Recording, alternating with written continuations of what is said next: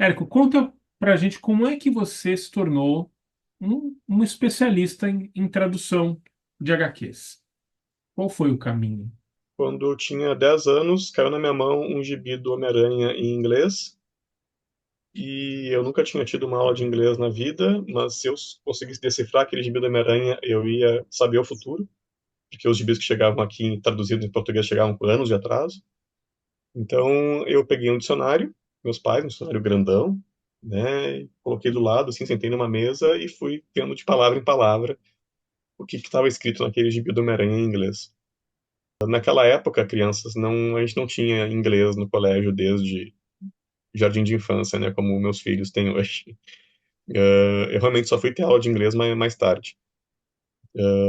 Mas partiu daí. Meu interesse de uma coisa que eu já gostava, que era ler gibi, mantenho até hoje esse interesse, tá? E isso me levou a querer aprender inglês e depois a fazer cursos de inglês, sim, e não só no colégio, né? E ficar lendo, me esforçando para conseguir ler os gibis em inglês, as revistas em inglês, depois a internet em inglês,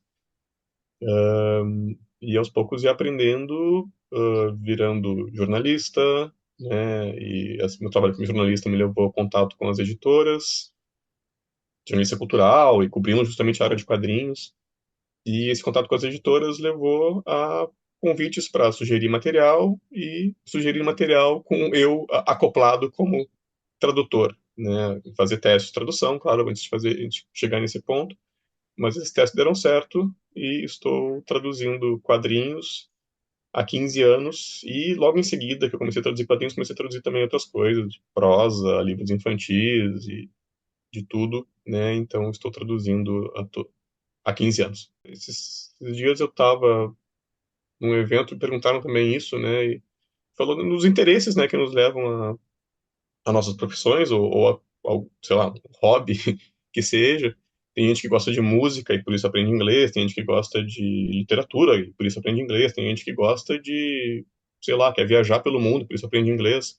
Eu gosto de gibi e isso que me levou a essa obsessão por aprender inglês e dominar inglês e querer me meter de algum jeito, né, na produção desses quadrinhos. E o jeito que eu encontrei, já que eu não escrevo nem desenho, é traduzindo. Tá sempre em construção a trajetória profissional.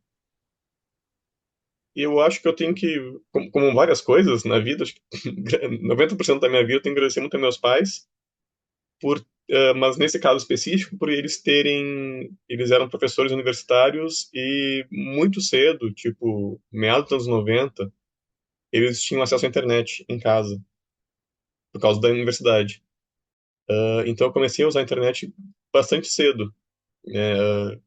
Tinha 15 anos, nos anos 90, né? E pouquíssima gente tinha acesso, não existia acesso comercial ainda, direito, né? E por conta disso eu tinha meu e-mail, eu tinha contato com alguns fóruns, né? Principalmente aqui no Brasil, e lia muito sobre gibi, claro, que era o meu interesse principal, né? A primeira coisa que eu pesquisei assim na internet, que eu tentei buscar, não existia Google, mas eu procurei lá comics, né? E esse contato com os fóruns, principalmente, de algumas pessoas também, aquelas poucas que tinham acesso à internet, e já tinha o pessoal dos quadrinhos, o pessoal de São Paulo, principalmente, que usava, principalmente um grupo no UOL, de conversa sobre quadrinhos, e desse grupo do UOL já tinha pessoa envolvida no mercado, tinha pessoas que depois se envolveram no mercado, né, os editores que depois viraram pessoas da Panini, jornalistas que depois também se destacaram nessa área, gente que era leitora também, depois virou tradutor, virou autor, e alguns autores também, poucos, né, na época, mas tinha.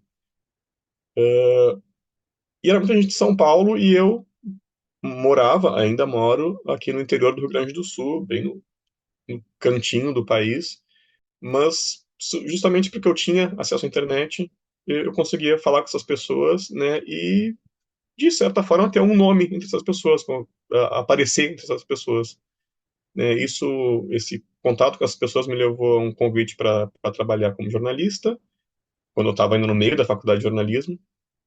Aliás, tinha recém começado a faculdade de jornalismo, né? A primeira vez que eu publiquei um texto, eu tinha 20 anos, eu acho. Tinha segundo ano, terceiro ano de faculdade. Publiquei um texto, digo, fui pago para escrever um texto, né? E publiquei numa revista. Isso depois levou ao contato para participar do Omelete. Era um site que estava se formando, justamente no ano 2000, e hoje é uma potência, né, de jornalismo cultural, jornalismo entretenimento, meio que definiu muita coisa aqui de entretenimento no Brasil. Eu participei da fundação e escrevendo sobre quadrinhos, né? E essa participação no Omelete, e depois que virou outras coisas também, acabou levando ao meu contato com as editoras e aí sugerir quadrinhos estrangeiros para ser publicados aqui, né? E também traduzir esses quadrinhos. E daí você começou enfim, você ficou próximo da tradução. A virada mesmo foi quando você deixa de ser professor universitário é essa a virada?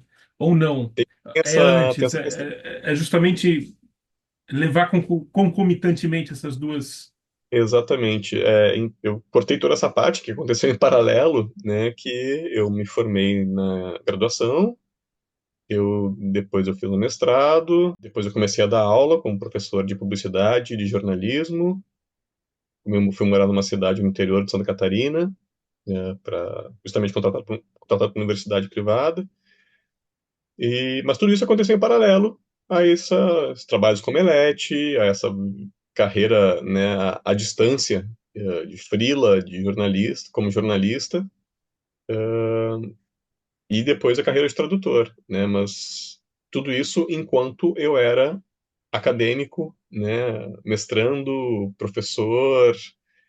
Teve um momento, sim, que eu deixei de ser professor, mas isso foi bem mais para frente, né? Passei alguns anos levando a carreira de tradutor que estava crescendo junto com a carreira de professor, até que eu resolvi fazer um doutorado. Então, de certa forma, nem larguei totalmente a carreira de docente, mas saí da universidade e fui só ser aluno de doutorado e tradutor. E acabei o doutorado já, levei os 4 anos regulamentares, né? E depois acabei ficando só tradutor, né? E também mantendo um pouco da minha carreira de jornalista, professor na LabPub, mas não voltei à universidade, né? Tenho alguma vontade, mas não é uma prioridade na vida. Me sinto muito bem como tradutor. Tem algumas vantagens de ser professor, com certeza, mas gosto do que tem agora no meu momento de carreira.